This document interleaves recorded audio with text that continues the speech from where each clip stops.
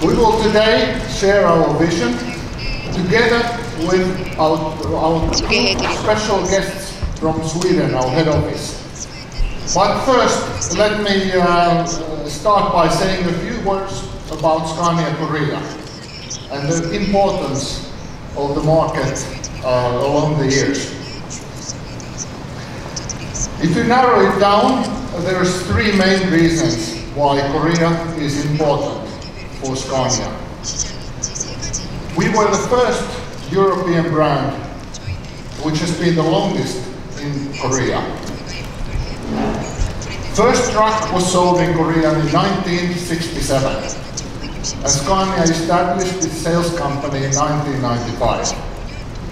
And we have been here with you since ever during the IMF crisis. Korea is a very important market for Scania also because it has the toughest environmental standards in the world. Not only it's Euro 6, but it is the most advanced market. There is a saying, if you can manage Korean standard, you can manage any country standards. And that is true, and we are very happy for that. But it's also the market with the highest safety focus in the world, where all the latest technologies are showcased. Indeed, in Korea, safety is the utmost importance. And for us, that suits us perfectly, as safety is our primary concern. And we're investing heavily in Korea. 22 workshops with the aim to reach 30 in the coming years. For example, Dongtan, where 17 billion has been invested to open in Q2 this year. And we are hiring 50 more employees this year. And we believe people are the most important asset for Scania. On February 10 and 11th, the weekend we hosted the launch of the all-new Scania in Korea with fantastic results.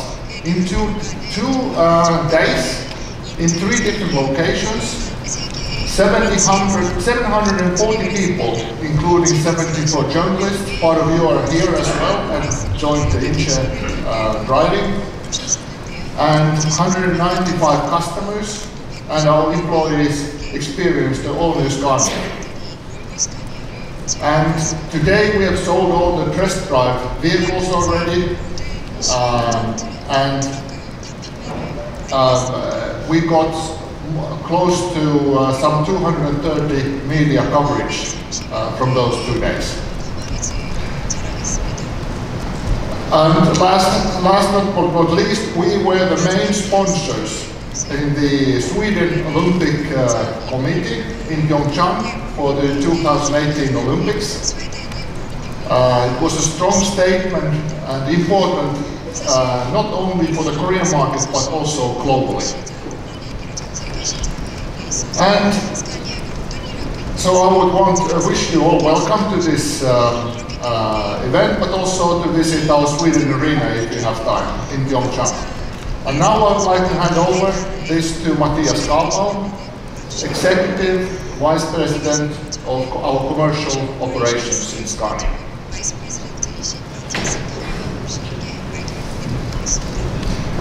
Thank you Kai. Thank you everybody here to be with us here today, sharing this hour with us. It's wonderful to be back here in Korea again. Korea is our strongest foothold in Asia, where we every day are challenged by our most demanding customers. We used to say in Scania that if we succeed in Korea, we're able to succeed anywhere in the world. We will in this following part of the presentation show you what we have done and will do to continue to be successful on the global arena and particularly here in Korea. In everything we do as a company, we have a strong commitment towards our customers, towards our employees, and above all, towards our planet. This commitment goes to driving the shift towards a sustainable transport system. What you see here behind me is the world of Scania. We started our business 127 years ago.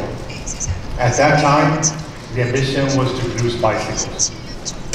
Later on, we were pioneers within the car industry in Sweden for a short time, before becoming what we are today, a world-leading provider of transport solutions with more than 50,000 employees present in more than 100 countries.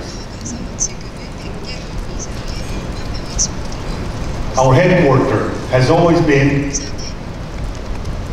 and will be based in Sweden. We're based just outside Stockholm, in a small town called Södertälje, 40 kilometers outside Stockholm, where we have the major part of our research and development activities. Actually, in Sweden, employing more than 6,000 engineers, and we're investing more than 6% of our revenues back into research and development. That being leaders in our sector and well ahead of our competitors in investing into research and development. Our sales and service network is of course strategically placed wherever our customers need us, no matter where in this planet they operate.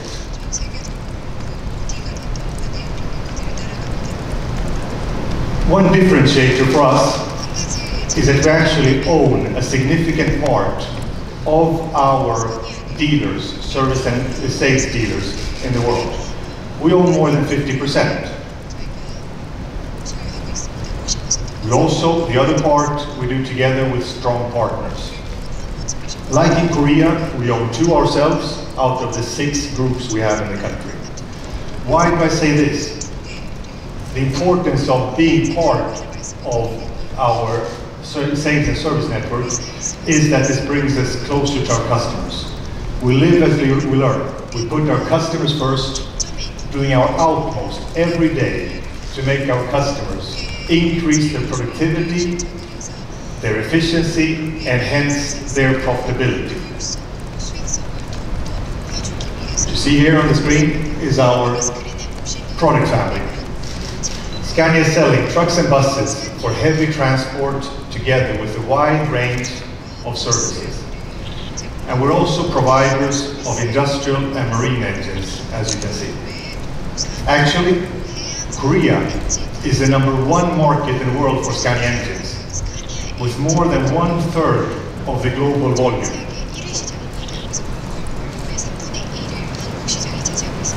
With Doosan and Hyundai construction machinery, both using Scania equipment in their construction equipment.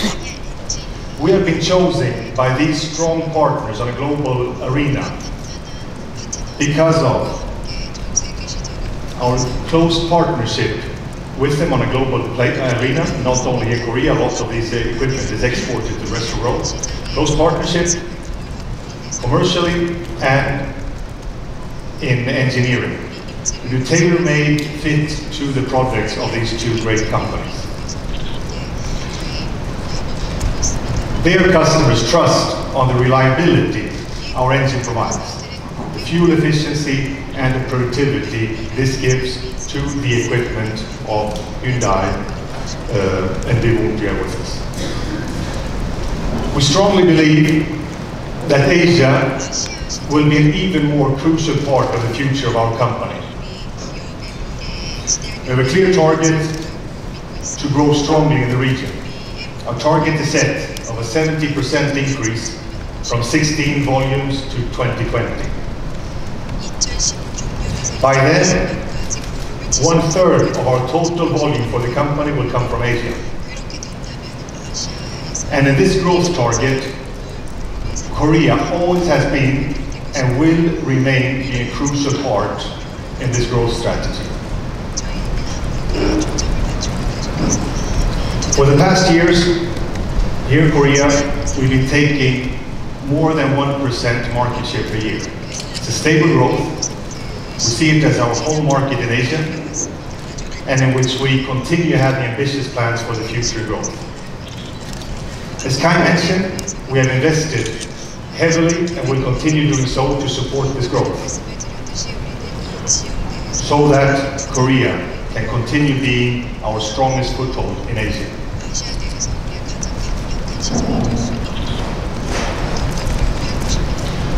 Actually, it's no coincidence we decided to host our Asian launch of the new product here in Korea.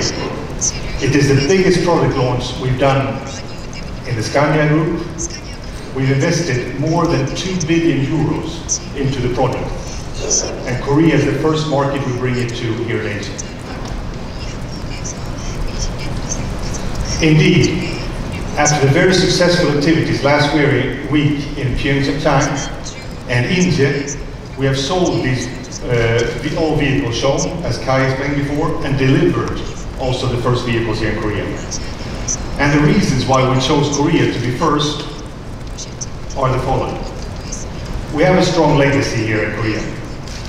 It's been more than 50 years ago the first vehicle came here. We have a company here established for more than 23 years. And hence, it's the longest relationships we have anywhere here in Asia with our customers. And we do feel part as an integrated part of the business community here.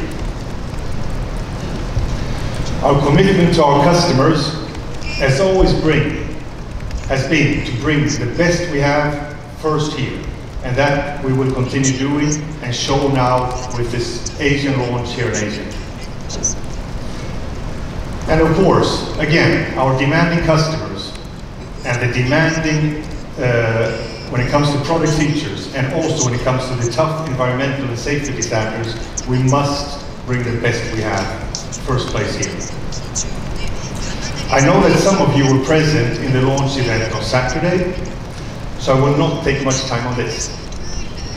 But to summarize, the news of this new truck range, which you just saw outside the building, are the following. We promise a 5% reduction in fuel consumption and up to 10% in the new V8 engine. I can say promise because we've had more than 20,000 vehicles rolling for more than 1 year of this product in Europe. And data collected from the vehicles show that we have lived up to our promise with the real consumption of these vehicles. We continue to enhance and improve our safety features on the vehicle. There's more information in the folder. Also, we put the driver in the center. The driver is the one adding value to our product. We have to center our efforts and enhance the driver experience.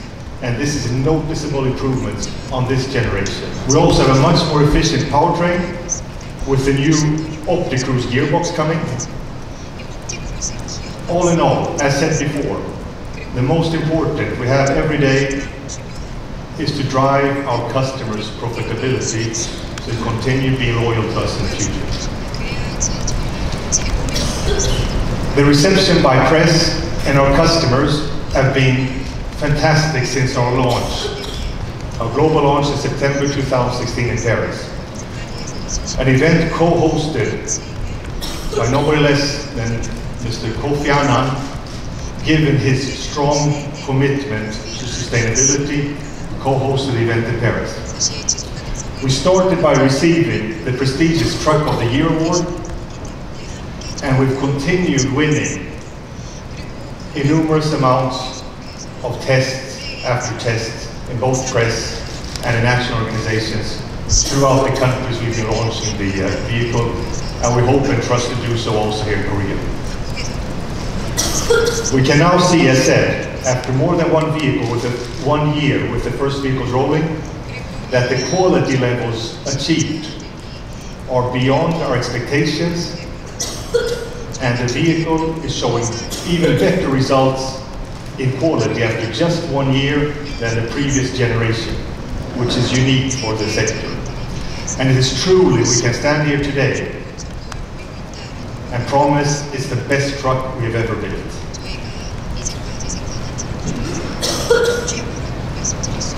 And now,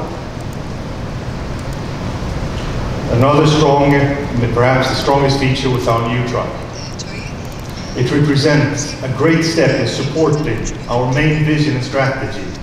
I'm heading up our sales and marketing, global operations within Scania. So, in August 2016, we decided to set a new company vision. We launched that, as you heard, in Paris. We have come to realize that our industry is part of the problem and we need to be part of the solution. So we're heading out to become the leader in the shift towards sustainable transport systems, and my role here today is to give you a little bit more insight to what that means to us as a company and to our ecosystem. Here's how we look at it. We used to be part of heavy vehicle industry, but that is no more. We now see ourselves as an integrated part of the ecosystem of transport and logistics. And this system needs to change, but we cannot change it alone. We need to change it together with the rest of the system. And our role here, we believe, is to provide our customers with sustainable and profitable solutions all the time, and that's where the system starts.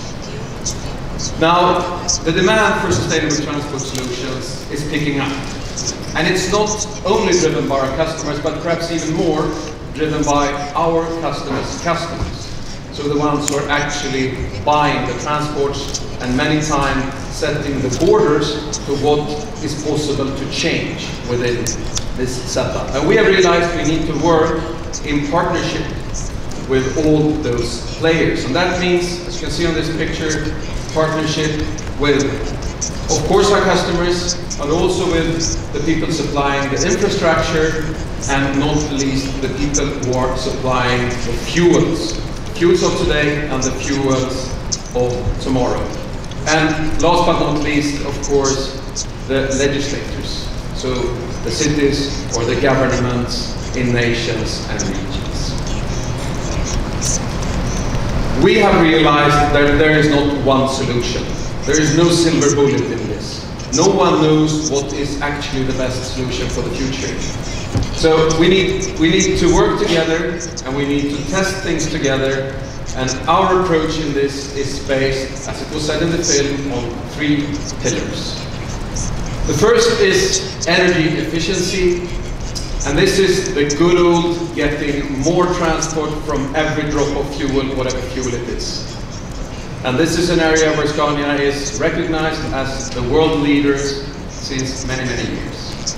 The second is, let's change the fuel. And there are many viable fuels available already here and now. And on top of that, we can use electrification. And finally, the one that is least known and least talked about, but perhaps has the biggest potential, that is to make transport smart. Smart and safe. And I will talk a bit more about that as well. So let's start with the first one. So here's a picture of our new fuel. And it's amazing to look back. You can take the last 10 years and you can see that every year we managed to take down the fuel consumption of the average Scania with 1%. And this has not ended. We still talk about diesel technology, there's a lot more to do. And as Mr. Mathias Carlbaum was into before, with the launch of the new truck range that we launched here in Korea last week, we gained another 5% by refining the technology. So there is a lot more to do when it comes to energy efficiency.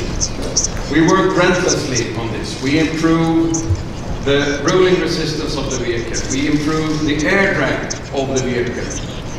And this is exactly what the launch was about last week. Working on all the small details together, getting a big result out of it. But it should not stop here. In parallel with this technology focus, we realized we also have to work on the business model. Business model that is aimed at helping our customers to decrease the cost and increase the revenue. In continuous dialogue with our customers, we can specify a vehicle that is closer to their actual needs and hence giving a better result. We can educate and train the drivers.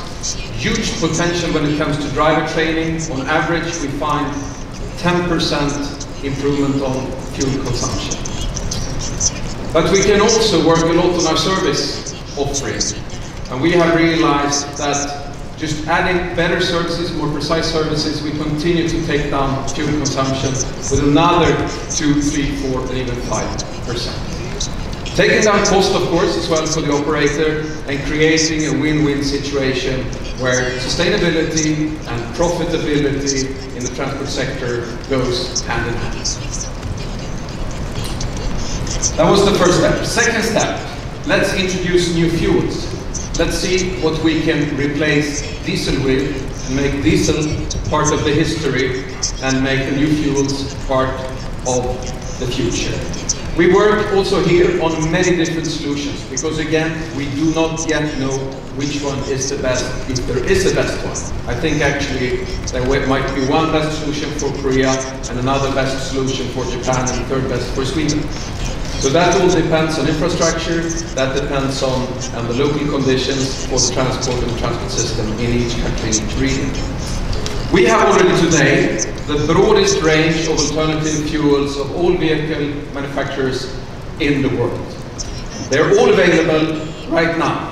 It's not something that we talk about and that we will launch in 5 years. What I talk about is available here and now. Here is a picture showing you what kind of CO2 reduction levels you can achieve by changing fuel and engine technology. We started many years ago. We supplied buses with natural gas or biogas technology. First one we supplied in Australia, that's more than 30 years ago. But we're also supplying ethanol buses in the Stockholm bus systems since 25 years. So it's a technology that has been available and that we have provided since very long, and we have a lot of experience from it. We have added to the gas, natural gas, but also biogas. We have added ethanol, we have added liquefied, as well as compressed gas, and we have added biodiesel. And depending, as you see on this picture, what kind of technology and fuel you choose, you can reach a reduction from 20 up to 92% reduction. HVO, you might wonder what it is. I know it is not available in Korea right now, but that is a synthetic alternative to diesel. We call it synthetic diesel. That is almost identical when it comes to technical property to fossil diesel, and it can be mixed in any proportion with the diesel available already today, or it can be used 100% separate. Bioethanol, that is the largest volume of renewable propellant globally available. We see growing interest of ethanol all around the globe. In countries such as South Africa or India, we're now exploring ways to use crops and forest waste to produce a fuel soundly produced that has the possibility to reduce CO2 up to 90%. But it's not all, and that's what makes ethanol so interesting. Ethanol can also be produced domestically and help nations to reduce their bills for oil imports and become perhaps oil independent, creating local jobs and provide solutions for growing waste problems. And then biodiesel. Biodiesel is a collective term for what's sometimes called FAME, renewable fuels that can replace fossil diesel with similar characteristics. Today, all Scania engines can cope with a mixture of biofuel, biodiesel, and normal diesel, and most of them can actually cope with a 100% biodiesel all the time. At the same time, we see interest for gas vehicles, such as here in Korea, growing all over. That's a huge potential to reduce CO2. As you see, on natural gas, it's, let's say, only 20%. But the good thing is you can start with natural gas and then blend in biogas as you start production and come up to 90% reduction of CO2 when you're using all or only using biogas. Finally, and what is then the future technology, is electrification. And electrification is coming in steps. It's a fast evolving technology. It starts, as you see on the picture, with hybrid technology, but it's moving on to full electrical vehicle. Very promising results, but the technology also has to evolve.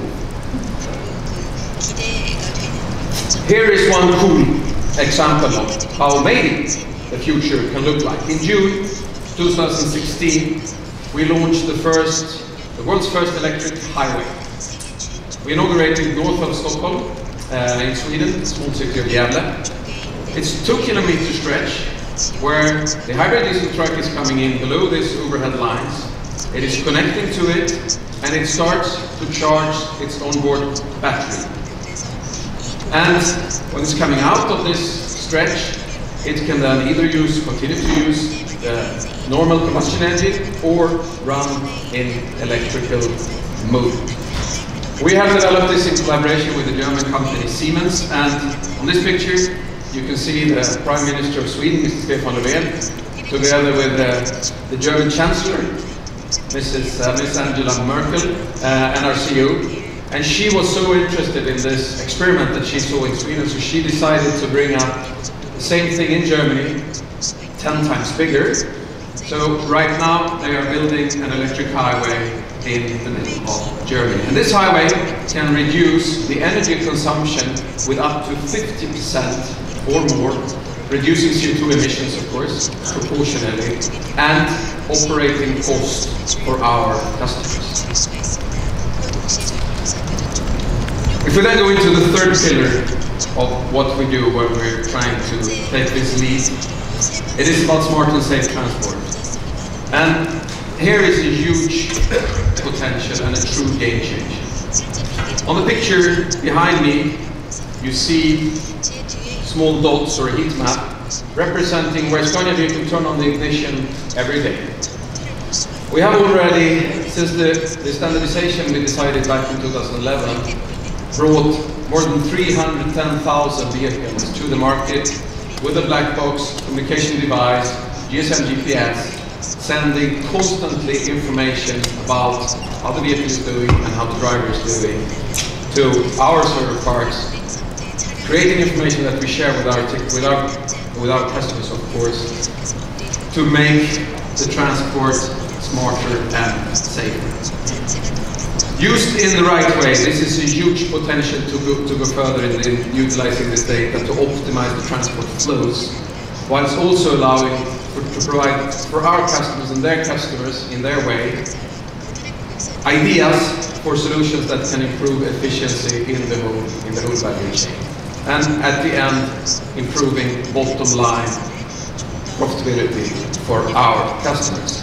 Scania is also a company that is internationally renewed for its work with what you call the lean system, or flow system. So we work a lot within our industrial systems, but also within our logistics, because we bring an enormous amount of automotive parts into our system and trucks out of our system, to work in a smart and lean way to take down the waste in that system. And the same philosophy we can bring in, together with digitalization and connectivity, to our customers to make the logistic chains for our customers smarter, leaner, and you could perhaps even say meaner.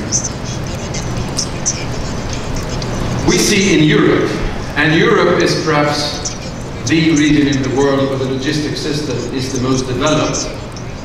For instance, we see that the cost of logistics in the European GDP represents about 6 to 7%, where we can see that in the United States it represents 10 to 11, where we see in Asia it's representing up to 15%. So it's quite an efficient system.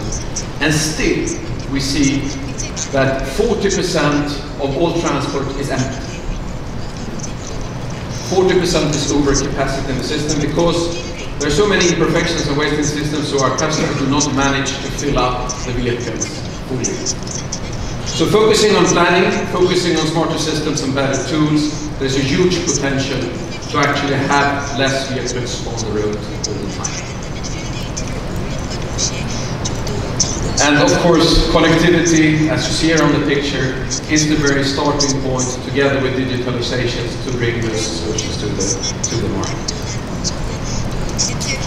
Here is one other example of what you can do when you then add connectivity and some smart ADAS systems into the equation. Platooning we call it. It's enabled by wireless communication between the vehicles through Wi-Fi and later on 5G technology. It makes it possible for those vehicles to be driven in convoys or in trains, very close to one another, allowing the system to go in and take over functionalities for steering and braking.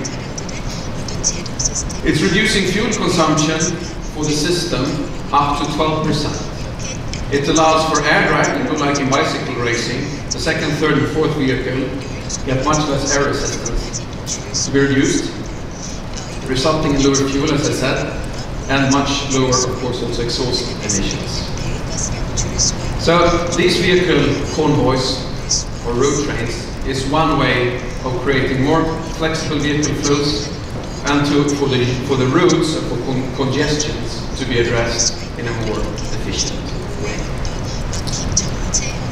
On this technology, we're very proud to be working with the world's full large-scale real-life experiment for autonomous trucks in Singapore. It will happen on public roads and it will connect two different port terminals in the city of Singapore. The convoys will consist of four vehicles, and only the first one will have the driver.